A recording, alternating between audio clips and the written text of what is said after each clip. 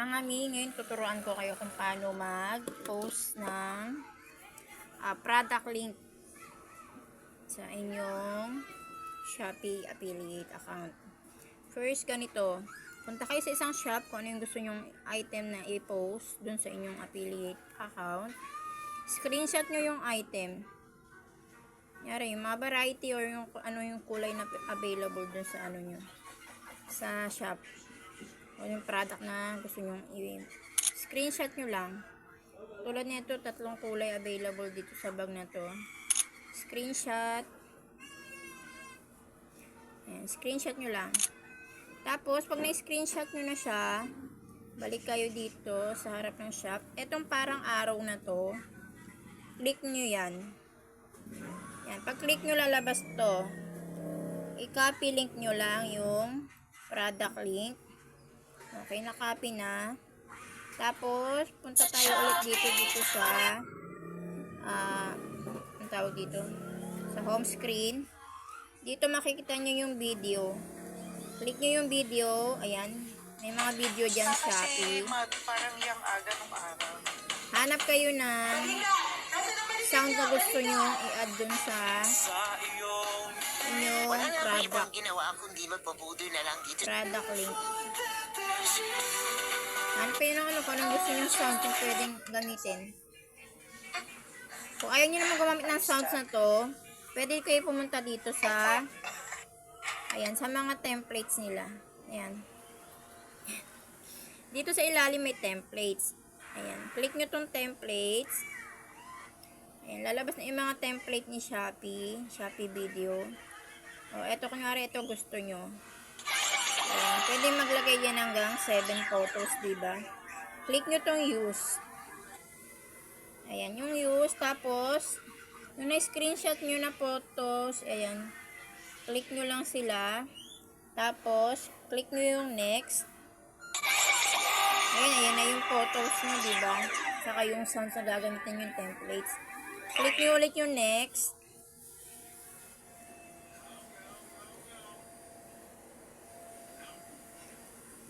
Wait lang, medyo matagal kasi pag templates talaga eh. Nabot nito yung mga 20 years. Hindi kasi niya mag-ano yan. Okay na. Ngayon, okay na siya. Click nyo ulit yung next dito sa ilalim. Pwede kayo maglagay ng mga ano dun, mga text, emoji, o kung ano mang gusto nyo ilagay dun.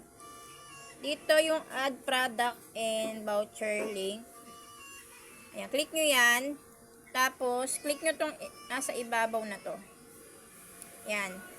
Tapos, pwede nyo nang i-copy paste dito yung link na kinopy nyo kanina dun sa product. Import. Ayan, yung import na pindot na natin. Tapos, ito yung product link. Ayan, na-click na natin din, i-add natin. O, ayan na. Pwede kayo maglagay dito ng caption, kung anong gusto nyo yung caption dyan. Tapos, diba, pag okay na, ayan, pwede na natin siyang i-post. Ayan. Nakapost na siya dun sa ating ang tawag dito sa ating shop. Minsan kasi lumilito, minsan hindi naman. Ayan. Click nyo yung shop nyo para makita nyo kung naka-post na siya dito. Ayan. Nasa ilalim ng profile yung mga videos na ginagawa. Ayan. Tapos dito sa post.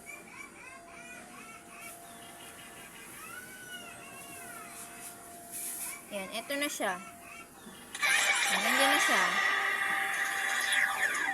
Ngayon, pag may nag-checkout dyan sa video nyo, automatic papasok na yun dyan sa inyong affiliate account. Ayan. Pag gusto nyo naman malaman kung may nag-checkout na sa affiliate nyo, click yung affiliate program. Ayan. Dyan makikita nyo kung yung magkano yung estimated commission nyo, kung ilan yung order, saka kung ilan yung nag-click o nanonood ng, ng mga videos nyo. Ayan. Dito naman sa ibaba, makikita nyo yung conversation. Ayan. Yung conversation yan. Yan mga nag-check out ng inyong mga video product link na pinost. Ayan. Tapos dito naman sa income, ayan. Diyan yung total ng income nyo. Tapos yung mga kung saan may mga nag-checkout, kung doon sa social media, sa Facebook, ayan, sa Shopee Video or sa Shopee Live. Ayan. Dito naman sa pending, ayan yung mga kinita nyo ng mga nakaraang linggo. Pag naka-pending, ibig sabihin di pa yan bayad. Weekly naman galing pa na ng sasahurin ko ngayon, 113 lang. Ayan, yung mga nakalagay na paid yan, ibig sabihin na bayad na yan, nakuha ko na yan. Ayan, naubos na yan, nagastos ko na. Ayan, ganyan na karami yung sinahod natin kay Shopee.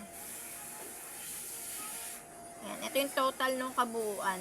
Total o kabuuan yung aking mga naging commission kay Shopee. Okay, yun lang.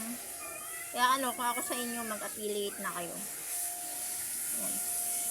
Ito yung account ko.